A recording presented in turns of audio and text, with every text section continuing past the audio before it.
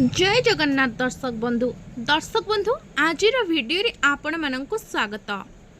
दर्शक बंधु 15 जून 2025 दिन पड़ुछि रज संक्रांति। एही दिन आपण घर को नहीं आसतु एही गोटिए गछर चेर देखिबे आपणक भाग्य किभली भाबरे बदली जिवो। आजिर वीडियो रे जो चेर विषय रे जानिबा सेही गछटी को समस्ते साधारण बोली भाबी थांती, कारण यही गछटी बहुत सहजरे प्रत्येक स्थान रे मिल जाए। समस्त यही गछ सहित परिचित। यही गछ आम पई बहुत साधारण मध्य अटे, मात्र एहार गुण असाधारण अटे जहाँकि समस्त को जना न थाए। जदि आपण माने थरे एहार चमत्कारी गुण विषय रे जानि नेबे तेबे निश्चिंत भाबरे एही गछ को आपण साधारण गछ बोली भाबिबेनी, कारण एहा आपणक जीवन को संपूर्ण भाबरे बदलाई देबो। आम चारिपटरे थिबा गछलता बहुत अधिक महत्व रहिथे, कारण एमिति किछि गछ अछंती जहाकू आमे देवी देवतांक भली पूजा करिथाउ। सेमाने आम पई देवी देवता तुल्य होई थांती। एही गछ मानंको पूजा करिबा द्वारा मनस्कामना पूर्ण होई थाए एवं किछि गछ एपरि थाए सेतिरे औषधीय गुण मध्य रही थाए एवं आमर जीवन रक्षा करिबारे मध्य एही गछ सहायक होई थाए। वृक्षलता माने निश्चिंत भाबरे आमको अनेक गुड़िए चमत्कारी लाभ प्रदान करिथांती। एही दिन घर को नहीं आसंतु एही गछर चेर। आपण जीवन रे चलिथिबा समस्त दुख कष्ट समस्या देखिबे आपण किभली भाबरे दूर होई जिवो। एहा सहित आपणकर समस्त मनस्कामना पूर्ण हेबो। जीवन रे जे कोनोसी समस्या चलिथाउ ना काहेकि, ताहा धन जनित समस्या हेउ किंबा चाकरी को नहीं हेउ किंबा बिजनेस को नहीं हेउ, एही समस्त समस्या को दूर करिदेबो एही गछर चेर। एही गछर चेर अनेक प्रकार रोगरु मध्य आपणको रक्षा करिथाए। सेथिपाई वीडियो को शेष पर्यंत देखिबाकू आपण माननको अनुरोध। वीडियो रे नुआ थिली चैनल को सब्सक्राइब करी पाखरे थिबा बेल आइकन को प्रेस कर दियंतु। वीडियो को गोटे लाइक करी कमेंट रे जय मां लक्ष्मी निश्चिंत लिखंतु। आपणको मां लक्ष्मी का कृपा अवश्य प्राप्ति हेबो। देखंतु एही गछ सह समस्ते परिचित एवं एही गछ को समस्ते साधारण गछ बोली अणदेखा करि देइथांती। एमिति कि एही गछ को अनाबना गछ भाबी आमे उपाड़ी फपाड़ी देइथाउ। जानी रखंतु एहा कोनोसी अनाबना गछ नुहे, एहा एक एपरि चमत्कारी गछ जेउथिरे भगवान शिव शंकर शनिदेव एवं माँ लक्ष्मींकर बास होइथाए। एमिति कि एही गछर मूले रे माँ गंगांकर मध्य बास होइथाए। तेबे जदि आपण एहार तांत्रिक आयुर्वेदिक गुण जानि नेबे तेबे आपणक पाई मध्य एही गछटी मूल्यवान होइछिबो एवं एही गछ को आपण आपणकर दिनचर्या रे व्यवहार करबा को लागि जिबे। आपण माने जदि आपण निज जीवन रे दुख दरिद्रता कष्ट एवं अनेक गुड़िए समस्या पई चिंतित अछंती तेबे एही गछर व्यवहार करी से समस्त समस्या आपण मुक्ति पाई परिबे।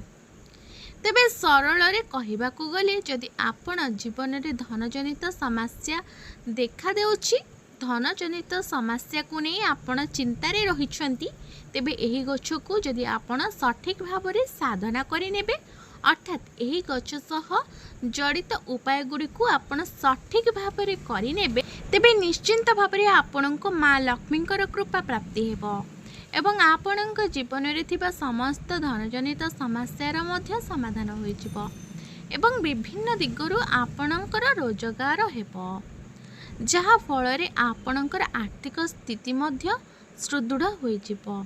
जदि आपण शत्रुंक द्वारा पीड़ित हेउछंती, शत्रुजनित समस्यार सम्मुखीन हेउछंती, तेबे सठिक भाव रे एही गछर साधना करिनेबा द्वारा भगवान शनिदेवंक कृपा आपणको प्राप्ति हेबो एवं आपण शत्रु पीड़ारु मध्य मुक्ति पाइजिबे।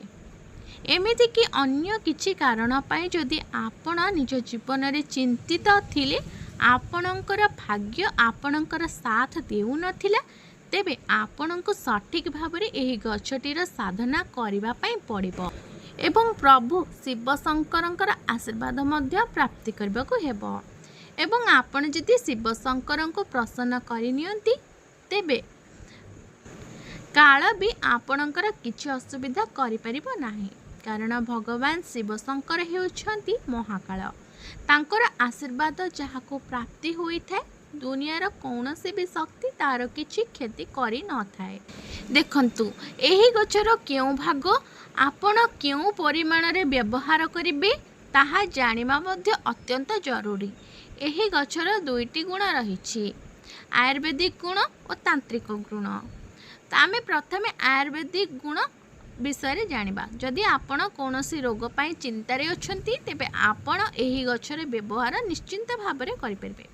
तापरे देखिबे आपणकर रोग धीरे धीरे भल हेबाकु लागिबो। एही गछर तांत्रिक प्रयोग विषय जानि नेबे तेबे आपण निज जीवन रे केबे भी कष्ट देखिबाकु पाइबे नाही। धनर स्रोत आपणक पाई बढ़िबाकु लागिबो।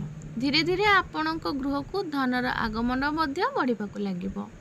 तेबे एही गछटीर ना हेउछि अपमार्ग गछ एवं एही गछ सह आपण भल भाव में परिचित थिबे, कारण आमे चारि पाखरे एही गछटी अधिक परिमाण रे देखिबाकु मिले।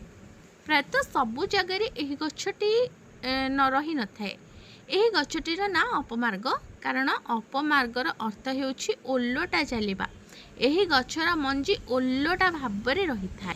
वास्तुशास्त्र रे वनस्पति अध्याय उल्लेख अछि जे साधु सन्यासी मुनि ऋषि माने एही गछर व्यवहार किपरि करथिले। पूर्व काल रे एही गछ को धर्मशास्त्र रे एक शुभ गछ बोली माना जाउथिला।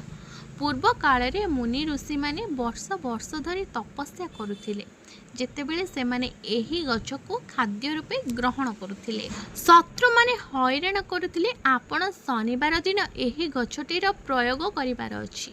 शनिवार दिन आपण अपमार्गर मंजी छिड़ाई आणंतु एवं एहाकू एक नाली कपड़ा रे बांधी दियंतु। तापर एही कपड़ा को धरी शनिदेव को मूर्ति किंबा फोटो रे गोटे पाखरे बसंतु, कारण शनिदेवंकर सामने रे बसिबा अनुचित। तापरे आपण 51 थर शनि चालीसा पाठ करंतु। तापरे कपड़ा को एपरि स्थान रे रखंतु जो स्थान को केही जिबा आसिबा करू नथिबे। तापरे आपण निजे लक्ष्य करि परिबे आपणक शत्रु जेते भी शक्तिशाली होई थाउ ना काहेकि। एही उपायटी करि सारिला परे तार सबु चेष्टा विफल होई जेबो। आपणकर शत्रु माने आपणकर क्षति करिबारे आउ समर्थ होई परिबे नाही, एवं बिना कारण रे जदि केही आपणकर क्षति करिबा पई चाहुथिबो तेबे ओल्लोटा तार ही क्षति हेबो, से माने ही असुविधा रे पड़िबे। द्वितीय रे जदि आपण बिजनेस रे उन्नति करू नाहांती तेबे शुक्रवार दिन आपणको एही उपायटी करबा को पड़िबो। शुक्रवार दिन आपण एहार मंजी को छिंडे आणंतु और लाल कपड़ा रे बांधी ता ऊपर किछि सिंदूर रखि दियंतु। तापर एहाको नै आपण बिजनेस जगह रे रखि दियंतु। जोंठारे आपण पैसा रखुछंती से जगह रे आपण एही कपड़ाटी को रखि दियंतु। देखिबे धीरे धीरे बिजनेस रे लाभ बढ़िबा को लागिबो एवं धनर मध्य वृद्धि हेबा पई लागिबो। तृतीय यदि आपण को लागुछि कि आपण पछरे भूत प्रेतर किछि प्रभाव रही, आपण को भूत प्रेत जनित समस्यार सम्मुखीन हेबाकु पड़ुछि किंबा आपण उपरे तंत्रर प्रयोग करा जायछि, तेबे एही उपायटी आपण थरटिए करिनियंतु। एही उपायटी करिवा परे आपण उपरे जे कोनोसी भी नकारात्मक शक्तिर प्रभाव थिबो ताहा धीरे धीरे दूर हेबाकु लागिबो। तेबे सोमवार दिन आपण गोटे अपमार्ग गछ उपाड़ी आणंतु एवं एहाकू भल भाव में सफा करी एहाकू नहीं शिव शंकर सम्मुखें बसी 101 थर ओम नमः शिवाय मंत्र जप करंतु। तापरे गोटे रूपा ताबिजुरे एहार चेर को पुराई आपण गलारे धारण कर दियंतु। देखिबे जेते भी नकारात्मक शक्ति हेउना काहेकि, कला जादूर प्रयोग होइथाउ ना काहेकि, आपणक उपरे एहार प्रभाव किछि भी आपणक उपरे पड़िबो नाही।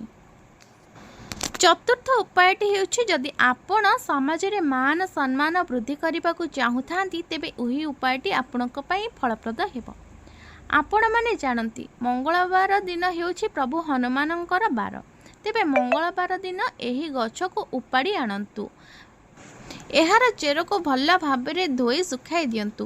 ତାପରେ ସେହି ଚେରକୁ ଗୁଣ୍ଡ କରି ରଖିଦିଅନ୍ତୁ ଏବଂ ଆପଣ ଏହି ଗୁଣ୍ଡର ତିଳକ କରି ଲଗାନ୍ତୁ। ଦେଖିବେ ଆପଣ ଯଦି କୌଣସି ଇଣ୍ଟରଭ୍ୟୁରେ ଯାଉଛନ୍ତି କିମ୍ବା ବିଜନେସ୍ ମିଟିଂ କରିବା ପାଇଁ ଯାଉଛନ୍ତି ସେଥିରେ ନିଶ୍ଚିନ୍ତ ଭାବରେ ସଫଳ ହେବେ। ଏହାର ତିଳକ କରି ମଥାରେ ଲଗାଇବା ଦ୍ୱାରା ଆପଣଙ୍କ କୁଣ୍ଡଳୀରେ ମଙ୍ଗଳଙ୍କର ସ୍ଥିତି ମଧ୍ୟ ମଜବୁତ ହୋଇଯାଇଥାଏ।